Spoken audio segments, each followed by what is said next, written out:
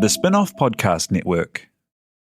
Are you making the most of your KiwiSaver investment? Generate is an award-winning KiwiSaver provider with a track record of strong long-term performance. Making a smart decision now could add tens of thousands of dollars by the time you reach retirement. Book a no-obligation chat with a Generate KiwiSaver advisor today at generatekiwisaver.co.nz/get advice. A copy of the product disclosure statement is available at generatekiwisaver.co.nz. The issuer of the scheme is Generate Investment Management Limited, and of course, past performance does not guarantee future returns. A relaxing dip in a natural hot spring? The perfect end to a great vacation, right? But luck can change in a hurry. I could feel that hot, bubbling, and acidic mud essentially just burning through my skin. And when you're stuck, you hope someone's there to help you get out. She can lose blood pressure. She can lose her pulse. I was like, not okay. You're not going to die here. Search for Tell Me What Happened, an original podcast by OnStar, to hear true stories about people who take risks to help others.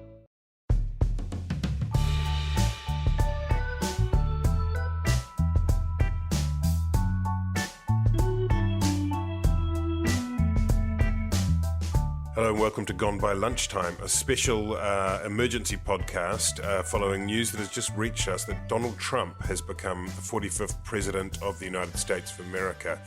As luck would have it, one of our high-level operatives, Ben Thomas, from Exceltium Communications, was in Washington, D.C. for the event. He's written some pieces on the Spin-off website, and we're about to give him a call and see whether we can get some skinny from him now. Hello. Ben, it's Toby. Can you Toby, hear me? how's it going? I'm very well. Can you hear me? How are you? I can hear you loud and sort of, half clear enough. We're speaking across oceans. We're speaking across emotional oceans in many ways too, as a human race. How are you? We're speaking between the past and the present.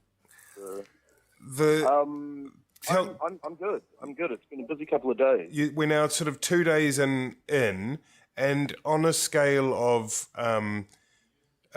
not great 0 to great 100, how great has America been made again? It's raining for the first time. Let me just open the door to the outside. Yeah, it's raining, and yesterday it was very misty. So I don't know if it's the swamp evaporating. Maybe that's just a necessary kind of precondition to its drainage. But let's give it a cautious 8. I think you'll find that it's not raining at all. As Donald Trump announced to CNN, the sun came out during the inauguration speech, and there's been a bit of this already with the Sean Spicer, who's the press spokesman for the president, the new press spokesman, emerging and saying that black is white and up is down. Have you been following all that? What do you make of it? Yeah, that's an interesting one. I got into trouble with political nerd bore Wellington Twitter this morning when I said on Morning Report that one thing you don't do as a press secretary on your first day is contradict your boss. I think Sean Spicer's obviously been put in a pretty difficult position.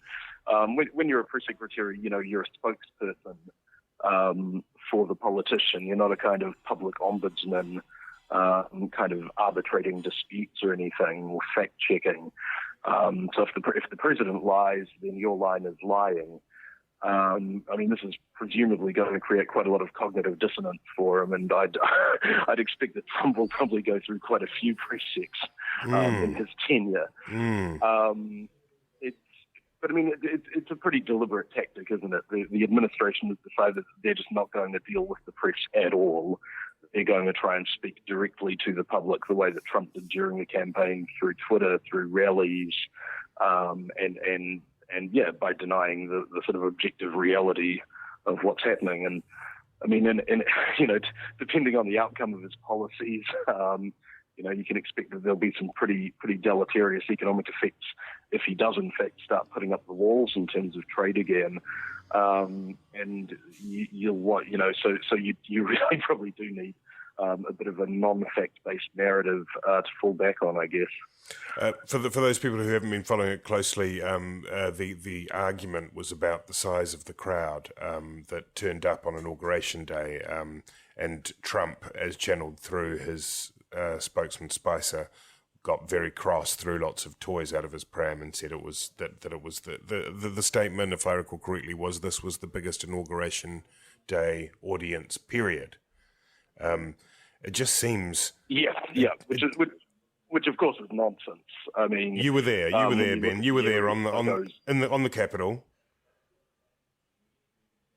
Yeah, that's right. So I think some crowd experts have generously sort of said that to Trump it may have seemed like there were 1.5 million people because of his perspective, because of course the crowd did go quite a long way back. But in the section that I was in, which was a ticketed section, I would sort of say it was generously about sort of a quarter to a third full, depending on how tightly people would be squeezed in if there was a real crowd. But these are the ones, this was the sort of area that the inauguration websites were saying, send in your application for tickets, but don't count on anything because, space is limited. So, and behind us, we thought, poor saps in the freestanding areas, sort of open access areas behind us. But what the aerial photos showed was actually that was just a sort of crust pushed up against the fence, and predominantly empty behind that. There's no question. I went on the Women's March yesterday, and much bigger crowd, flowing onto the side streets, bystanders, surrounding parks, just an enormous turnout, as opposed to the inauguration, which, by New Zealand standards, very big turnout, but didn't really swamp the centre of the city the same way the Women's March did.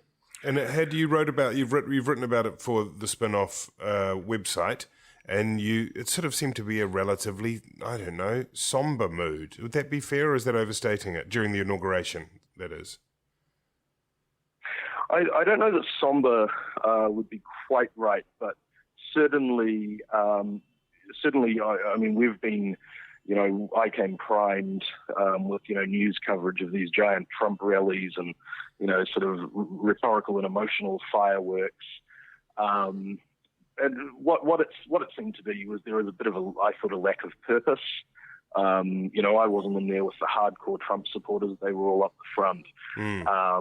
People who were actually organized and involved in the campaign.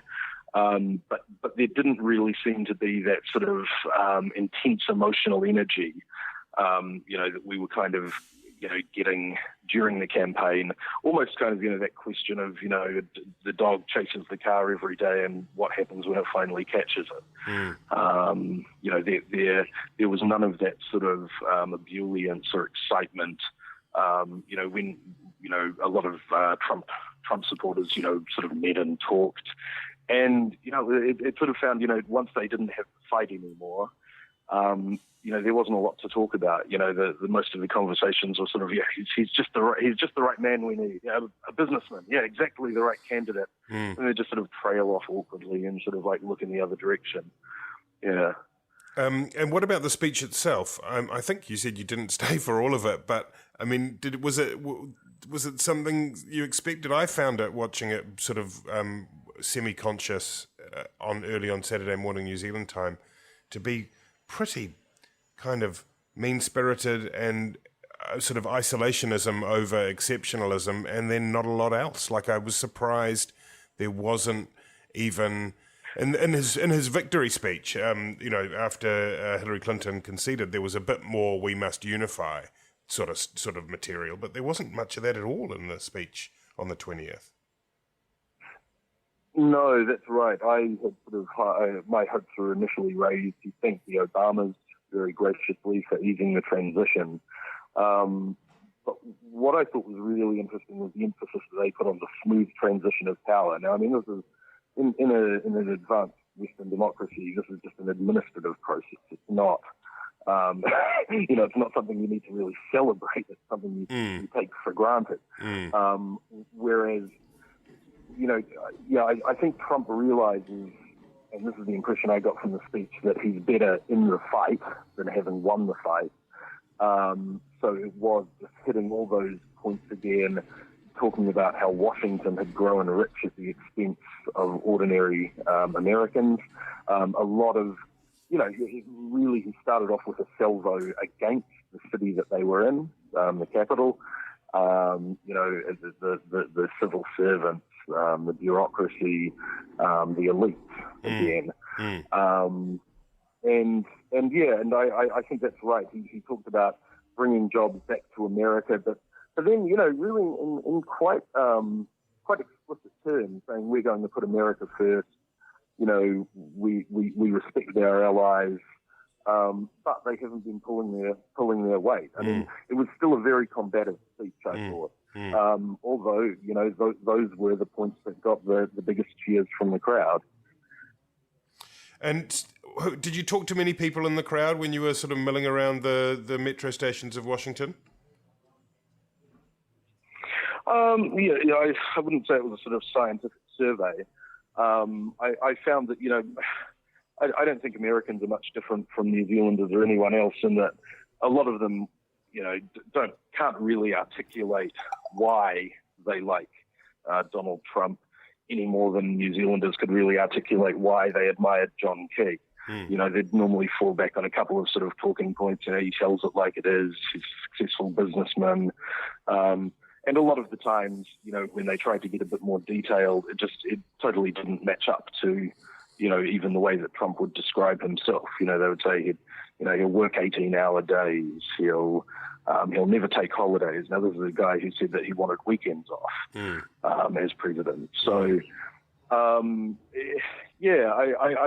there wasn't a great sort of depth or debate in there. There were a lot of roadside arguments between protesters holding signs and people wearing Trump caps, and but they didn't sort of elevate anything beyond kind of middle school sort of Trump supporters yelling at protesters, or if white people are racist, then you're a racist and I'm a racist, and the protesters yelling back, you are a racist. It wasn't there was no great contest of ideas happening, I don't think. And what about the following day on the Women's March that you went to, where the crowd was bigger and the mood was different? How? Much more upbeat. I mean, part of that is because I guess it was an active event rather than just watching a sort of passively a ceremony. Huge crowd, everyone extremely engaged, incredibly positive mood. I found, a lot of people angry, obviously, but a real sort of sense of solidarity, community. Which you don't often see on protest marches to that extent. It was. Do you go on protest marches very often, though, Ben Thomas? When was the last time you went on a protest march? During my life, as a student, when I was a journalist, I've been in and at a lot of protest marches, and it really was quite an extraordinary atmosphere. And you're off to New York next, is that right? Yeah, just going to detox from politics for a while, I think. You're going to be still doing some more fact-finding, some hard work on the ground. Oh, yeah. Charting the US's geopolitical and ideological future.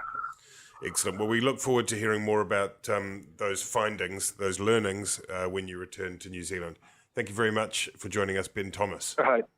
Cheers. That was Ben Thomas, direct from Washington, D.C. in the United States of America.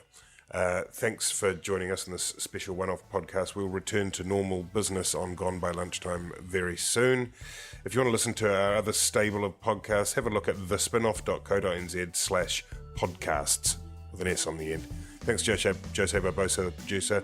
I'm Toby Manhire. Talk soon.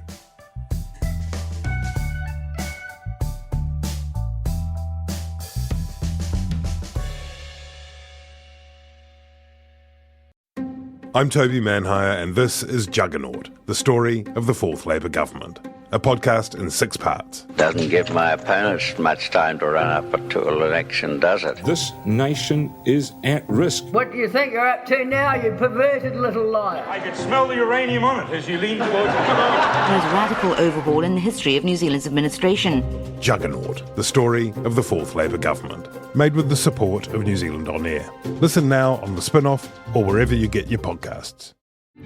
Kia ora, I'm Duncan Grieve, founder of The Spinoff. You can help us keep all of The Spinoff's award-winning journalism free for everybody by becoming a member today at thespinoff.co.nz/donate. The Spinoff Podcast Network.